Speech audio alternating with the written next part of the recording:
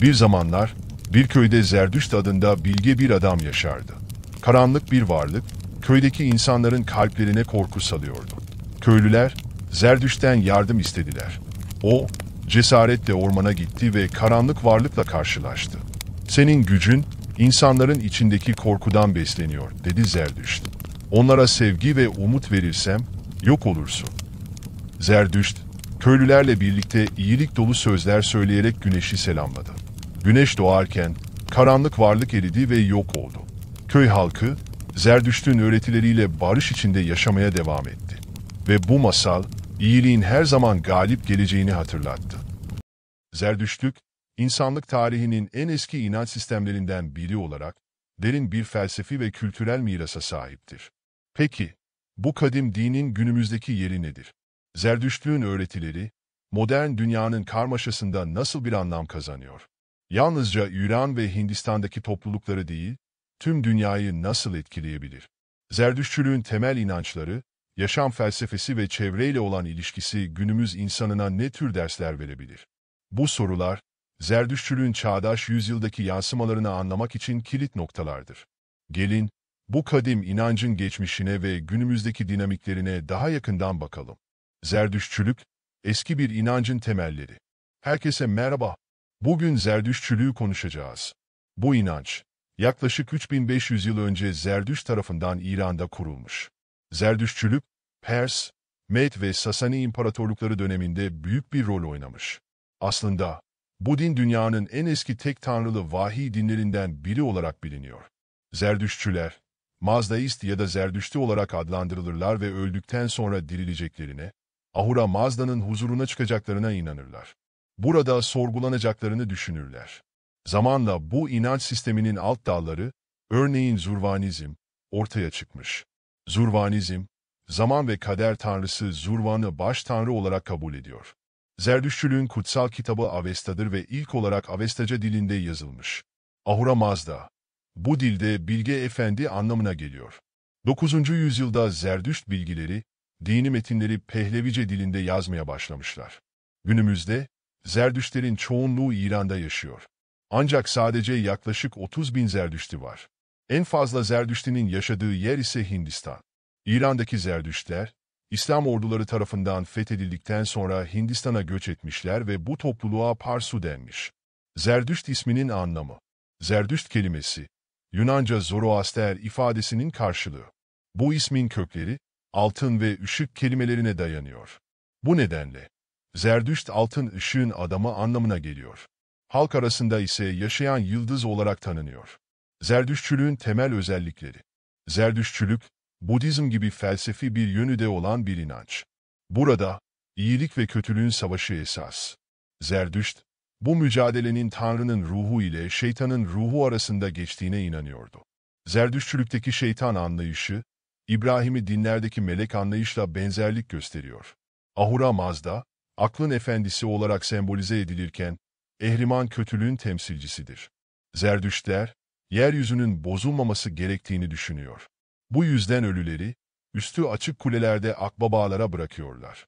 Ölü gömmek yerine bu yöntemi tercih ediyorlar.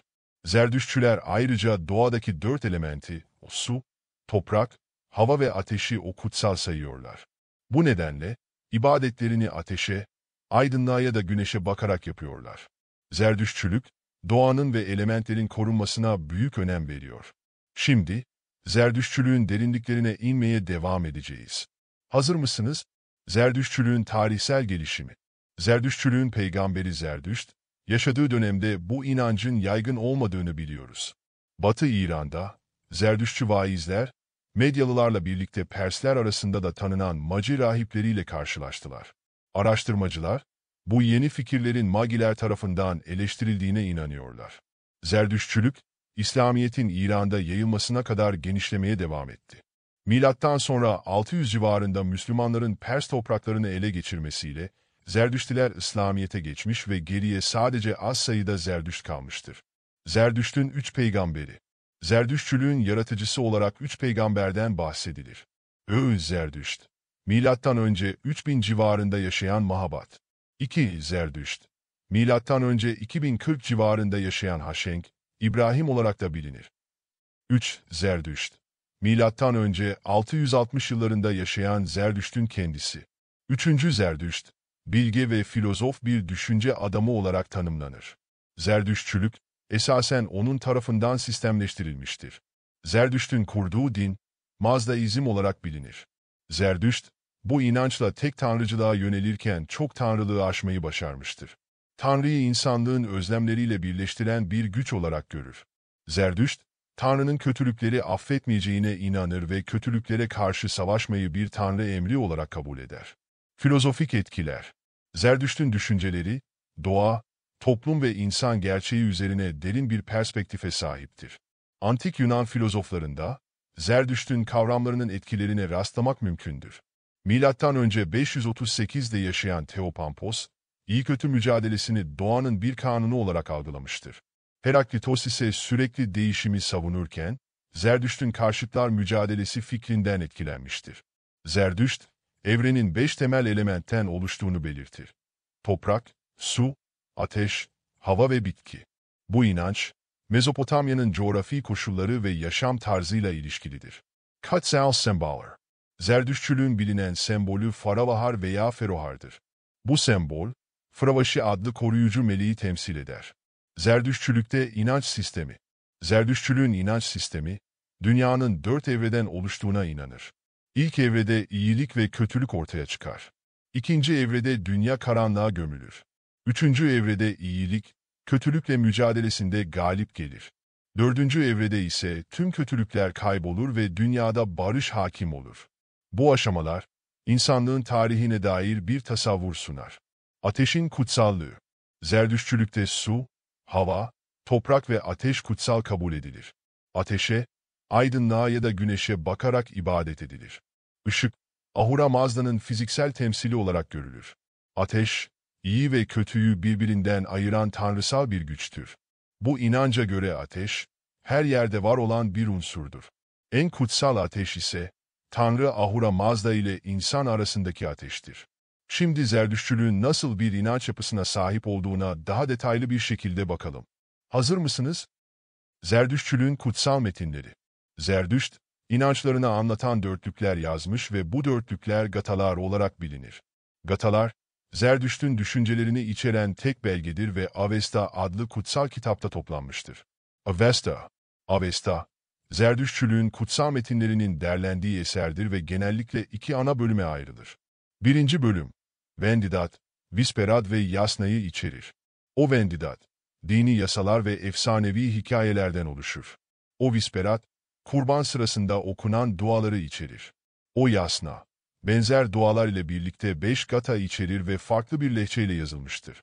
İkinci bölüm, Korda Avesta, Küçük Avesta olarak bilinir. Bu bölüm, inananlar tarafından belirli günlerde okunabilen kısa duaları içerir. Dualar arasında Gah, Siroza, Afrigan ve Nayaiş gibi isimler yer alır. Zerdüştlilerin yaşam tarzları ve prensipleri. Zerdüştçülük, kadın ve erkeği eşit yaratmıştır. Bu inanç, çok eşliliğin azaldığı ve tek eşliliğin arttığı bir toplumu desteklemiştir. Zerdüştçüler, iyi düşünce, iyi söz ve iyi iş prensiplerine uyarlar. Onlar için faziletli işler arasında cömertlik, misafirperverlik ve tarım ile hayvancılık yer alır. Ölü bedenine temas kirlenmeye yol açar ve özel ayinler gerektirir. Temiz hayvanların öldürülmesi büyük bir günah sayılır. Temel ibadetler. Zerdüştçüler ateşe tapmaz ama ateşi yüceltir ve kıble olarak kabul ederler. Asıl kıble güneştir. İbadetlerinde iyi sözler, iyi düşünceler ve iyi hareketler ilkelerine odaklanırlar. Günde 5 kez dua ederler, ancak bu ibadet zorlayıcı değildir.